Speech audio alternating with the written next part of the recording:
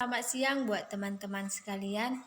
Di sini saya akan menjelaskan tentang teori makroekonomi. Sebelumnya, perkenalkan nama saya Desi Trisnawati Saragi dari Pendidikan Ekonomi kelas C. Di sini saya akan menjelaskan tentang pengertian makroekonomi, di mana makro dalam arti besar. Maka makroekonomi ini merupakan analisis keseluruhan kegiatan perekonomian, di mana yang bersifat global dan tidak memperhatikan kegiatan ekonomi yang dilakukan oleh unit-unit kecil dalam perekonomian. Selanjutnya itu adalah analisis yang dilakukan makro ada dua bahagian. Yang pertama kegiatan pembeli atau disebut dengan konsumen, yang dimana secara keseluruhan yang ada di pasar. Yang kedua itu adalah tingkah laku produsen yang dianalisis keseluruhan produsen dalam perekonomian. Selanjutnya itu adalah analisis pengeluaran agregat dalam makroekonomi terdiri dari 4 komponen. Yang pertama itu adalah pengeluaran rumah tangga, yang kedua itu pengeluaran pemerintah, yang ketiga itu perusahaan, yang keempat itu ekspor dan impor. Dari keempat masing-masing itu dapat dipengaruhi dari perubahan harga, kemudian perubahan penawaran uang atas pengeluaran agregat. Selanjutnya itu adalah aspek lain yang dianalisis makroekonomi. Dalam pemerintah mengatasi pengangguran dan inflasi dapat dibedakan menjadi dua kebijakan. Yang pertama itu adalah kebijakan fiskal, dalam arti langkah-langkah pemerintah merubah struktur dan jumlah pajak dan pengeluarannya dengan maksud untuk mempengaruhi tingkat kegiatan perekonomian. Kemudian itu yang kedua adalah kebijakan moneter, yang dimana dalam arti langkah-langkah pemerintah dalam mempengaruhi jumlah uang dalam perekonomian atau mengubah suku bunga dengan tujuan untuk mengatasi perekonomian yang dihadapi. Selanjutnya itu adalah variabel utama makroekonomi, di mana terjadi yang pertama tingkat harga dan laju inflasi, di mana dijelaskan di sini inflasi menunjukkan kenaikan dalam tingkat harga umum. Yang kemudian itu laju inflasi adalah tingkat perubahan tingkat harga umum. Yang ketiga adalah lawan dari inflasi adalah deflasi, yaitu penurunan tingkat harga umum. Berikut rumus untuk menghitung laju inflasi yang dapat kita lihat.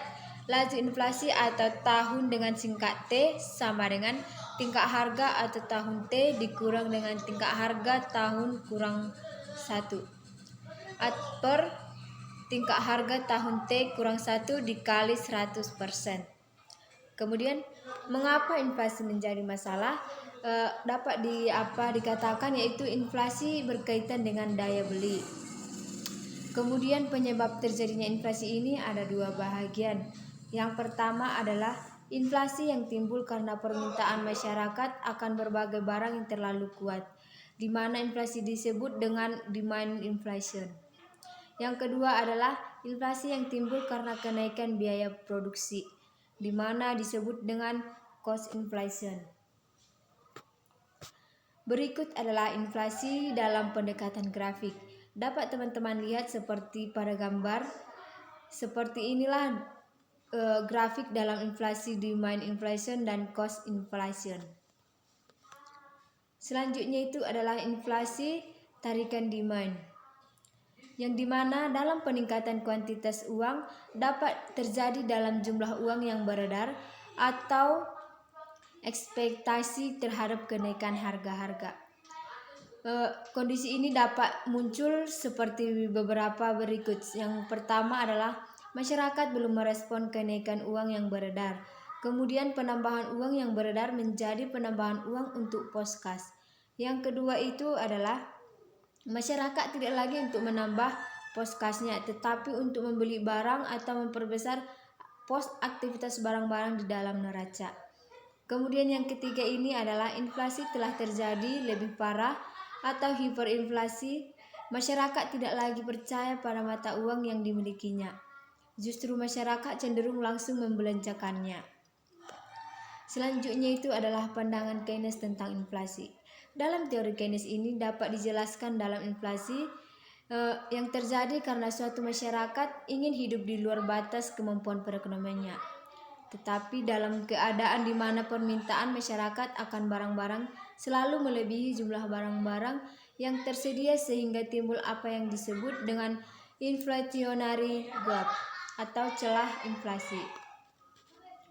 Selanjutnya itu adalah kebijakan makroekonomi. Yang pertama itu adalah dalam kebijakan fiskal, yaitu dibagi menjadi 3. Yang pertama, kebijakan fiskal dapat diartikan sebagai tindakan yang diambil oleh pemerintah dalam bidang anggaran belanja negara dengan maksud untuk mempengaruhi jalannya perekonomian. Yang kedua itu adalah anggaran belanja negara terdiri dari penerimaan atas pajak, pengeluaran pajak, dan transfer pemerintah. Yang ketiga itu adalah biaya transfer pemerintah merupakan pengeluaran pemerintah yang tidak menghasilkan balas jasa secara langsung. Contohnya itu adalah pemberian beasiswa kepada mahasiswa, kemudian bantuan bencana alam dan sebagainya. Yang terakhir adalah salah satu pengaruh penerapan kebijakan fiskal adalah pada pendapatan nasional. Kemudian dalam bijak moneter. Di dalam bijak moneter ini dapat 2. Yang pertama adalah kebijakan moneter yang bersifat kuantitatif, yaitu kebijakan umum yang bertujuan untuk mempengaruhi jumlah penawaran uang dan tingkat bunga dalam perekonomian. Yang kedua itu adalah kebijakan moneter yang bersifat kualitatif. Nah, dari materi-materi yang saya jelaskan tadi dapat disimpulkan dalam studi tentang ekonomi secara keseluruhan, makroekonomi menjelaskan perubahan ekonomi yang mempengaruhi banyak masyarakat, perusahaan, dan pasar. Ekonomi makro dapat digunakan untuk menganalisis cara terbaik untuk mempengaruhi target-target kebijaksanaan, seperti dalam pertumbuhan ekonomi, stabilitas harga, tenaga kerja, dan pencapaian keseimbangan neraca yang berkesinambungan. Sekian dari penjelasan yang saya buat. Untuk itu, yang kepada teman-teman saya ucapkan terima kasih.